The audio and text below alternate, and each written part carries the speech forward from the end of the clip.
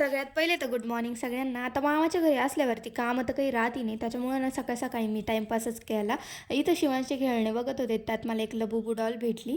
मामीला सकाळी 10 वाजता मी त्यांच्या शॉपवर सोडायला गेलेले होते. तर तिथं अनुला ना बर्गर खायचं होतं. मग आम्ही तिथं दुकानात थांबलो आणि घरी आल्यावरती ना शिवांशच्या अंगात एक भूत घुसलेलं होतं, की त्याला ना अभ्यास स्टार्ट करायचा आहे. मग अनुचे जुने पताके वगैरे, ABCDचे पोस्टर्स वगैरे त्याला काढून दिले आणि अभ्यास केल्यानंतर साहेबांनी पसरून घेतलं. म्हणे आता लय अभ्यास झाला, मी लय थकलो, झोपून घेतो म्हणून. दुपारचा टाईम होता, खाऊन पिऊन आमचा आरामात चाललेला होता. मग ना इथं छोटा भीमचं कार्टून टी व्हीवरती लागलं होतं. मला तर असं वाटते जमाना झाला असं ते कार्टून बघून. आणि इथं आम्ही काय करत होतो आता मला काही आठवत नाही, पण चालू होतं काहीतरी.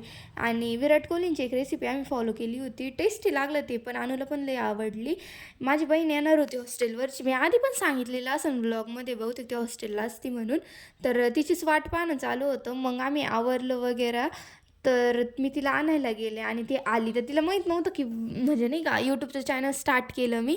तर तिनं आल्या-आल्या सगळ्यात पहिले त्यांच्या इकडं ना ख्रिसमसला खूप सगळे आयटम बनतात. आम्हाला सगळ्यांना ते वाटले.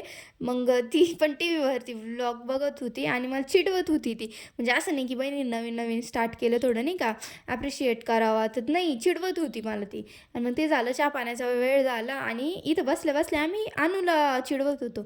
आता अनु छोटी त्याच्यामुळे अनु तर आम्हाला काही बोलू नाही शकत. बिचारी गपचूप ऐकत होती. ऐकलं तिनं आणि चिडून ती डायरेक्ट चहाची कप बशीच घेऊन किचनमध्ये गेली. आणि आम्ही इथं बिचारा लेकराला चिडवलं वरून बिल्लाच्या आणि दात पण काढीत होतो.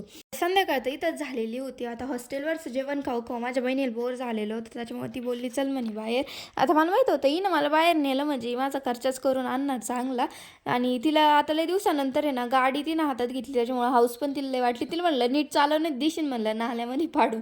पण काही नाही, मला माहिती प्रो ड्रायव्हर आहे, व्यवस्थित चालवली तिनं गाडी. आता कसं बसं आलो आम्ही इथं स्टॉलवरती. पहिला स्टॉप होता आमचा पाणीपुरीचा. खायला तर येतो पण सांगायला कोण जाणार, पहिली याची पंचायत होती. तिघीजणी लाईनीत बसलो. मग मी म्हटलं आता तुला खायचं ना तूच जाय म्हटलं. मग माझ्या बहिणीनंच सांगितलं त्या बाबांना आम्हाला हे द्या म्हणून.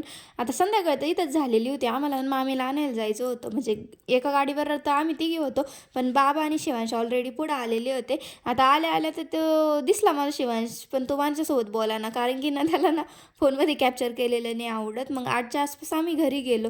आता घरी जाता जाता माझ्या बहिणीनं अशी गाडी दा म्हटली का असे नाही का ते मंजुलिकावानीच हाल झालेले होते. आलो वरती. इथं काय करत होतो मला तर काही आठवण नाही आम्ही काय करत होतो. मग वरती आलो, जेवण वगैरे केलं आणि झोपायच्या टाईमला मामाचा व्हिडिओ कॉल आलेला होता. मग त्यांच्यासोबत आम्ही सगळे बोललो आणि रात्री 12:45 वाजला, 1 वाजला, 2 वाजले, तरी मला झोपच का बरं नाही आली काय माहीत.